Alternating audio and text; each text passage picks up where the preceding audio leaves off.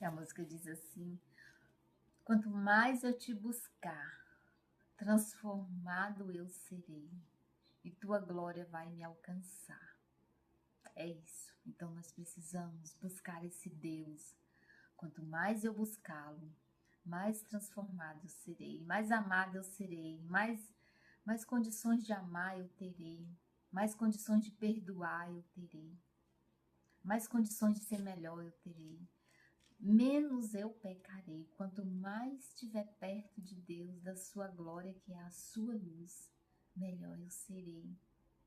Isso é fato. Hoje eu quero fazer essa opção em você. Você quer buscar mais de Deus? Você quer conhecer mais desse Deus que te ama incondicionalmente? Então vamos para a leitura. 6 dias antes da Páscoa, Jesus chegou a Betânia, onde vivia Lázaro, a quem ressuscitara dos mortos. Ali prepararam um jantar para Jesus. Marta servia enquanto Lázaro só estava à mesa com ele. Como eu falei no vídeo anterior, Lázaro só queria Jesus. Que se danasse o resto, ele estava ali com o Senhor e Salvador da sua vida, aquele que já havia lhe ressuscitado. Ele já tinha experimentado desse Jesus glorioso. Então ele só queria ficar com o Senhor. E Maria da mesma forma. Enquanto Marta corria para servir, Maria derramava, ungia os pés de Jesus com seu alabastro. Um perfume de alto teor de qualidade, nardo puro. E depois dela banhar os pés de Jesus, Jesus caminhar ali por muito tempo, saindo da Judéia até Betânia. E ele cansou, com certeza sujou os pés, havia poeira, estava doendo os pés de Jesus. E Maria teve a sensibilidade de lavar os pés de Jesus com perfume, com nardo puro. E nós que temos? Jesus tem feito tanto por nós, tanto, tanto, tanto. Tem nos dado família, tem nos dado saúde, trabalho. Quando eu estou na pior, todo dia quase estou na igreja. Aí quando de repente isso acontece, eu consigo um trabalho ali, um salário melhor, e aí eu vou me deleitar daquilo, esqueço de quem me deu. Nós somos assim. Mas Maria fez diferente. Vamos aprender com Maria. Vamos pôr em prática o exemplo de Maria. Pegou o seu melhor e despejou aos pés do Senhor. E ainda com o cabelo. A gente não passa o nosso cabelo em qualquer coisa. Maria com seus cabelos enxugava os pés de Jesus, após tê-los banhado com nardo puro. Então, Maria pegou seu frasco de nardo puro, que era um perfume caro, derramou sobre os pés de Jesus e os enxugou com seus cabelos. E a casa encheu-se com a fragrância do perfume. Jesus tem nos dado tudo. Tudo. Vida, saúde. Esse oxigênio que entra pelas minhas narinas é Jesus que dá. O dia, o sol, a chuva, o calor, o alimento, o trabalho, a saúde, os órgãos, os membros, tudo vem de Deus. E nós temos feito o quê? Em forma de agradecer. Com certeza, Maria, enquanto ela lavava os pés de Jesus, ela glorificava a Deus pela ressurreição do seu irmão. E aqui ela já fazia a experiência com esse Jesus que havia de ressuscitar também. Porque ela, desde o início elas diziam que já acreditavam que ele era o Cristo enviado de Deus. Mas uns do seu, olha os contra, né? Os invejosos, os astutos.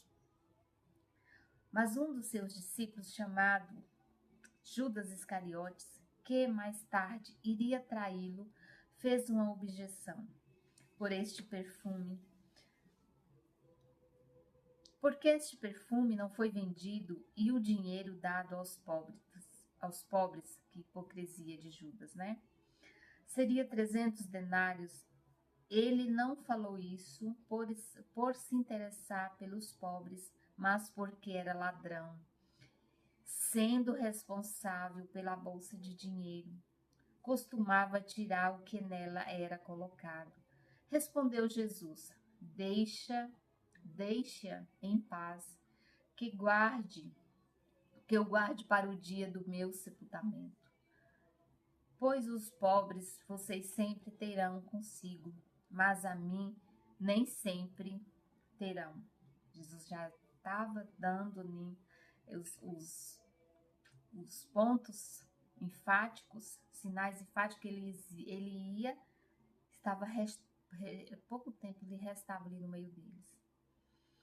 Enquanto isso, uma grande multidão de judeus, ao descobrir que Jesus ali veio, que estava ali, veio para não por apenas por causa de Jesus, mas também para ver Lázaro, a quem ele ressuscitara dos mortos, para conferir, né, se Jesus realmente tinha ressuscitado Lázaro. Assim, os chefes dos sacerdotes fizeram planos para matar também Lázaro, porque Lázaro era a prova de que Jesus, eles já sabiam que Jesus era Jesus. Pois, por causa dele, muitos estavam se afastando dos judeus e crendo em Jesus. No dia seguinte, a multidão que tinha vindo para a festa ouviu falar que Jesus estava chegando em Jerusalém. Pegaram ramos de palmeiras e saíram ao seu encontro, gritando: Hosana, bendito é o que vem em nome do Senhor. Bendito é o rei de Israel. Então, eles já estavam declarando Jesus como rei. Esse povo que já acreditavam em Jesus. Jesus conseguiu um jumentinho e montou nele, como está escrito: Não tenham medo, ó cidade de Sião, eis que o seu rei vem montado num jumentinho. A princípio, seus discípulos não entenderam isso. Só depois que Jesus foi glorificado, eles se lembraram de que essas coisas estavam escritas a respeito dele e lhe foram feitas. A multidão que estava com ele, quando mandara Lázaro sair do sepulcro e ressuscitara dos mortos, continuou a espalhar o fato. Isso, ainda bem que isso era uma boa fofoca. Muitas pessoas, por terem ouvido falar que ele realizara tal sinal milagroso, foram ao seu encontro. E assim os fariseus disseram uns aos outros: Não conseguimos nada, olhem como o mundo todo vai atrás dele. Entre os que tinham ido adorar a Deus na festa da Páscoa, estavam alguns gregos. Eles se aproximaram de Filipe, que era de Betsaida e da Galileia, com um pedido: Senhor, queremos ver Jesus. Filipe foi dizê-lo a André, e os dois juntos disseram a Jesus. Jesus respondeu: Chegou a hora do Filho ser glorificado.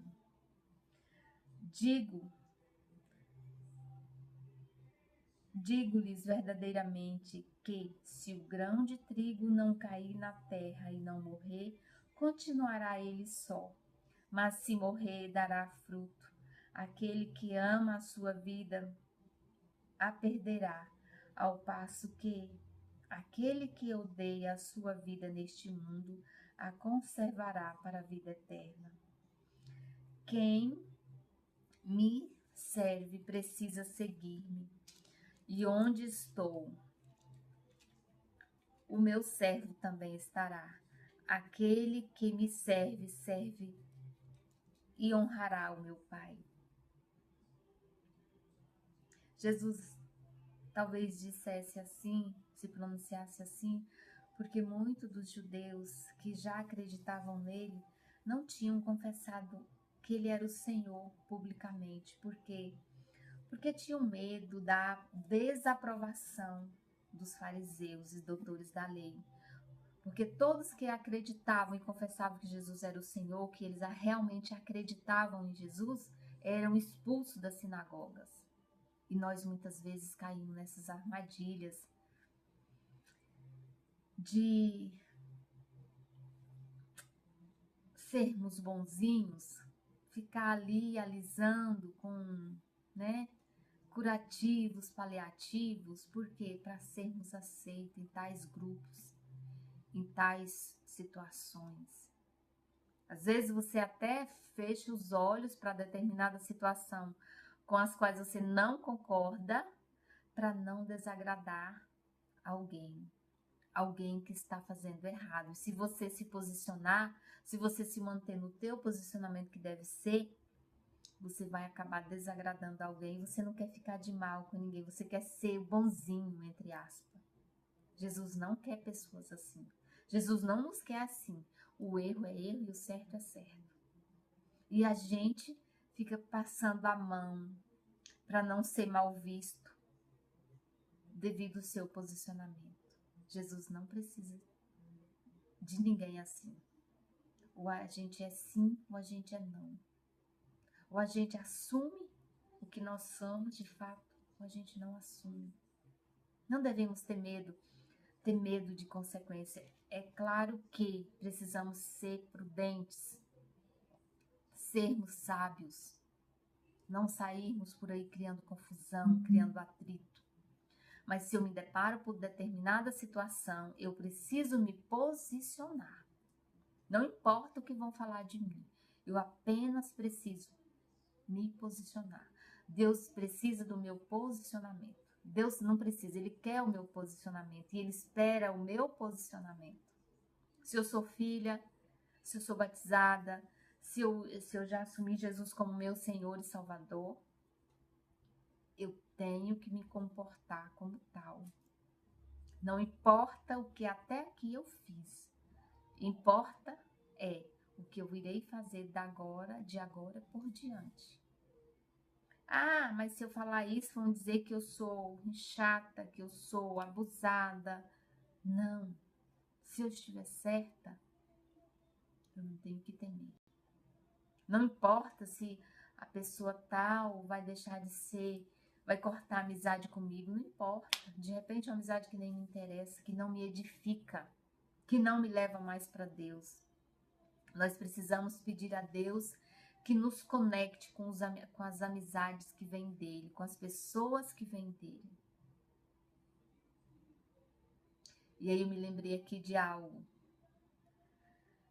Quando a gente é solteiro, que está procurando um namorado, não devemos ter medo.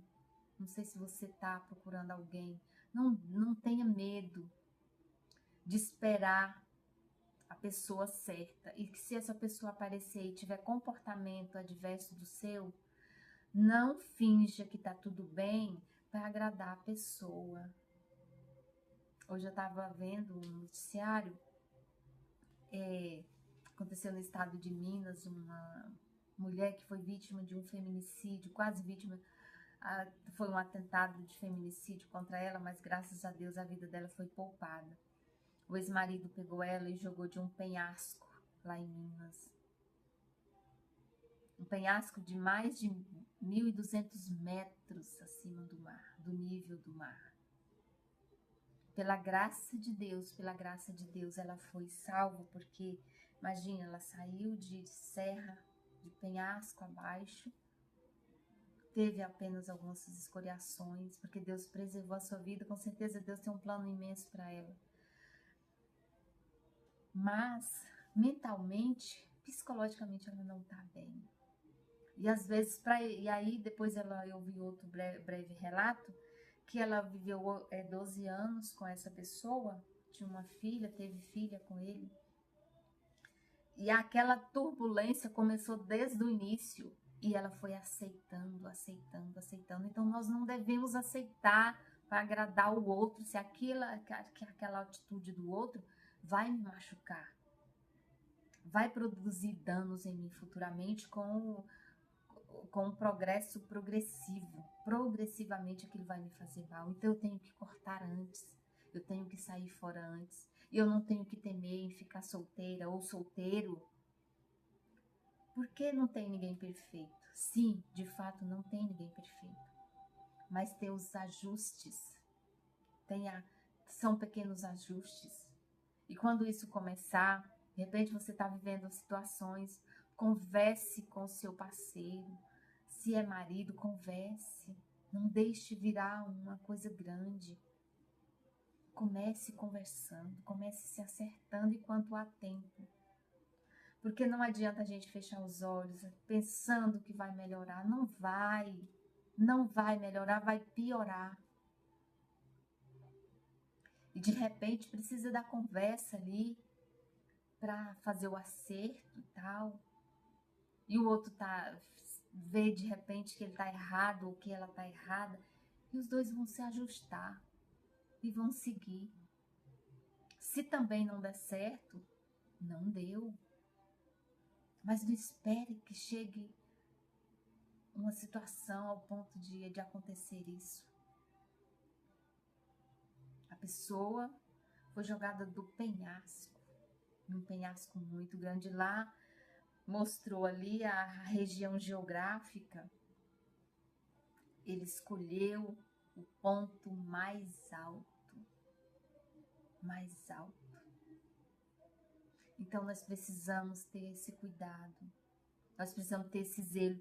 E aqui não devemos terceirizar a nossa paz, a nossa integridade, não devemos. E Deus já nos alerta, por isso que eu digo, a palavra de Deus é o norte para a nossa vida. Se a gente aprender da palavra de Deus, estar em comunhão com esse Deus, até um namorado, até uma namorada, você vai saber escolher. Porque você vai ter sabedoria. Você vai saber fazer um bom recrutamento. É um recrutamento. Porque você está recrutando alguém para viver com você com a vida toda. E na palavra de Deus ensina até como você deve namorar. Um namoro que é da vontade de Deus, um namoro na presença de Deus. Porque você já vai estar dando os primeiros passos para o casamento. E por que casamentos dão errado? Porque vem de um namoro errado. O que começa errado vai seguir errado. Até quando estourar, quando não der mais. Meu irmão e minha irmã, a gente não tem noção do tamanho a necessidade da gente estar arraigados na palavra de Deus, na presença desse Deus que é amor, porque Ele vai te dar o norte por onde você pisar. Por aí existem várias serpentes venenosas, mas Ele vai te ensinar como pisar sem tocar nas serpentes para que elas te machuquem. Deus vai te ensinar. Mas a gente deixa o caminho certo pelo duvidoso, deixa o caminho certo pelo errado. E depois vai sofrer as consequências. Então tudo na nossa vida deve ser pautado pela palavra de Deus. Isso é fato. E quando a gente desvia esse foco, dá ruim. Vai dar lógica. Quando a gente também segue reto, vai dar bom, vai dar lógica. Qual a lógica que você quer? Essa palavra também nos ensina. Maria e Lázaro deu a lógica para eles, porque eles encontraram aquilo que eles precisavam. Nós precisamos também aprender com Lázaro e Maria, que tudo está em Jesus, tudo sem Jesus, nada sem Jesus, tudo é Ele, tudo é a partir dele. Se você quer ser feliz, quer ter felicidade, paz, saúde, viver livre, está em Jesus. A tua liberdade está em Jesus. O que você tanto busca está em Jesus, porque Ele é o Senhor da sua e da minha vida.